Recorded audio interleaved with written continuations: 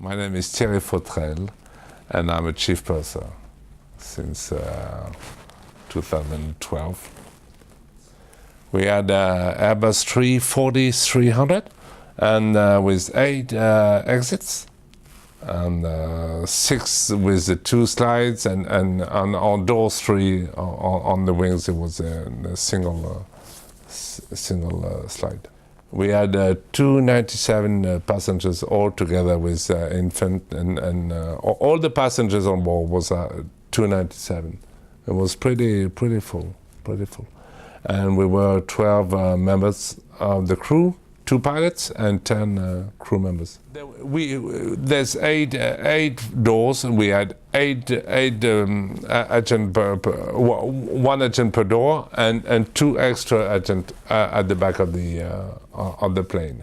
So we were 10 together. On that day, on the 358, we were about to land at Toronto, and the weather was awfully bad. The captain said maybe we would better go to Ottawa, but finally we landed at Toronto, and we overran and jumped just like hell, and finally stopped. The first action I had in mind is avoid a panic in the cabin, because I thought there's many injuries. So maybe the thing is they got to know we're here, and we're here for to take care of them. So that's what I said on the microphone. But at the end of the plane, the vision was terrible, because there were fire already, and we had lost the train d'atterrissage and landing gear. No, is that it? Yeah, good. And then quickly we had to evacuate. So I said evacuation, after the captain told me to do so, and then the people came and run to me so quick. Jesus, yeah, it goes real quick. So I don't know how much time it took us, because the time stops when you get in that kind of situation.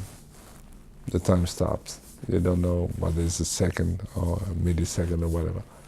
We went around the cabin before it exploded, because we thought the fire was very high.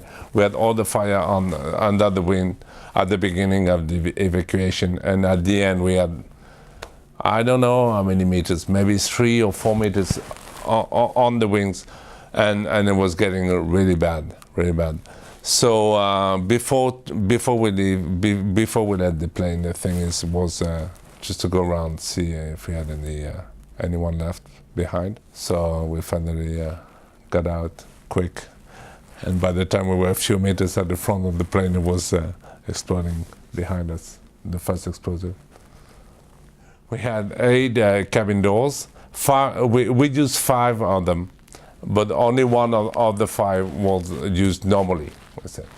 The regulation says it's 1 flight attendant for 50 passengers, but most of the time at Air France we're better saying than the regulation. So we had this time we had 1 for 30 passengers.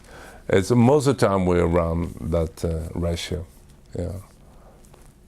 And it's good we were 10 at that day, because we need. I think it's very important that every door has its agent to make sure the chain is not easily breakable, because if you leave one door unattended, anyone could do wrong with it, or you open it and it's not the time to open it, or you open it and it's a danger, and it's a danger for all the plane. So it's important that every issue is under control of a professional. If the passengers could have opened those doors for on the doors 3 left, for example, the fire would have gone into the cabin, and then it would, of course, it would have created a big panic, and they wouldn't do no good at all. On the 3-year ride, there would have been much more injuries and maybe death, because it was very dangerous to go on that on the wings, and there are so many parts of what we took along, and on door 4 right, 4 left was the same. Was very dangerous to open on this, and it's difficult to put it back when it's open. When the door is open, it's difficult. You don't close it just like this. So it's good to have everyone that is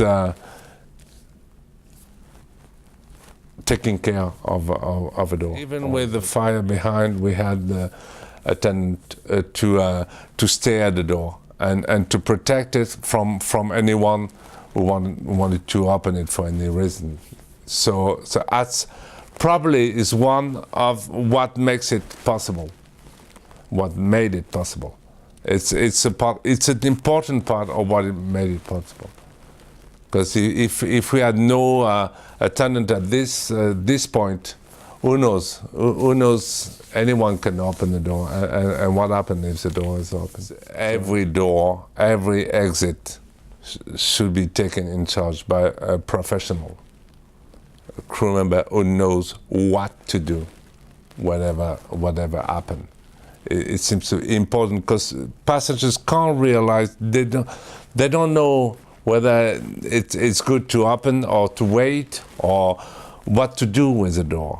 The plane is so special, it's such specific that it's only a professional who knows, who can feel what is important to do at this time. If not, I don't believe anyone else can do it. I don't think. For what? It's a training. It's a special. It's a profession. It's not just a job. A crew member is made of 2 parts. It's a commercial part, and you can have one for 50 passengers. Why not? Or even more. And the safety part of it, and security, safety, and all that all that part, and that you can't do it. You can't leave just one person to handle 50 or more passengers, because it's just too many. It's just too many to handle. So we got to be at least enough, maybe 1 for 30. I don't know, but enough to handle and to make a chain around the passengers. We had 1 for 30 on this Toronto flight. It's just what is needed, because it goes so fast, and we don't know how passengers react. We don't know. We don't know. It's not their job. They don't have the situation. They don't know what to do. And the first one is to save his life. I mean, you can't ask a passenger to do your job. We are the professionals. They are passengers. Don't forget that can go wrong so quick that the only one on board to take care of your life is a crew.